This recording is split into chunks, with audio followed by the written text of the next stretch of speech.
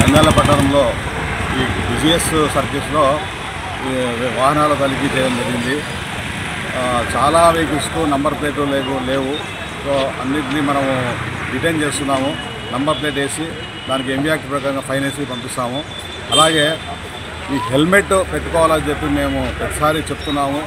అన్ని వేదికల మీద మేము అవేర్నెస్ క్రియేట్ చేస్తున్నాము. అయినా కానీ పబ్లిక్లో ఎలాంటి మార్పు లేదు. దయచేసి హెల్మెట్ వాడడము ఇక తప్పనిసరి, మీరు కంపల్సరీగా హెల్మెట్ పెట్టుకొని బయటికి వస్తారంటే హెల్మెట్ కంపల్సరీగా వాడాలని చెప్పి మేము రిక్వెస్ట్ చేస్తున్నాము. సార్ టౌన్లో హెల్మెట్ అంటారు కదా సార్, టౌన్లో కానీ మనం హైవేలో కానీ అదే ఒక అపోహ ఉంది. హైవేలో పోయే వాళ్ళు మాత్రమే వేయాలని ఉంది. అది కాదు. మనం మోటార్ సైకిల్ తీసుకొని ఇంట్లో బయటకు వస్తున్నాం, ఒక 100 మీటర్లు పోతున్నాం కానీ దయచేసి హెల్మెట్ పెట్టుకోవాలా.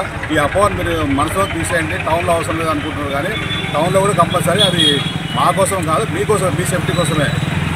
అలాగే మైనర్స్కి ఇస్తున్నారు మోటార్ సైకిల్. పేరెంట్స్ దయచేసి ఇవ్వద్దు. మైనర్స్ ఎట్టి పరిస్థితుల్లో ఇవ్వద్దు. మైనర్స్ బయటకు వచ్చిన ఏం చేస్తున్నారంటే వాళ్ళ ఫ్రెండ్స్తో కలిసి 3-4 కలిసి కూడా పోతున్నారు, స్టంట్స్ చేస్తున్నారు.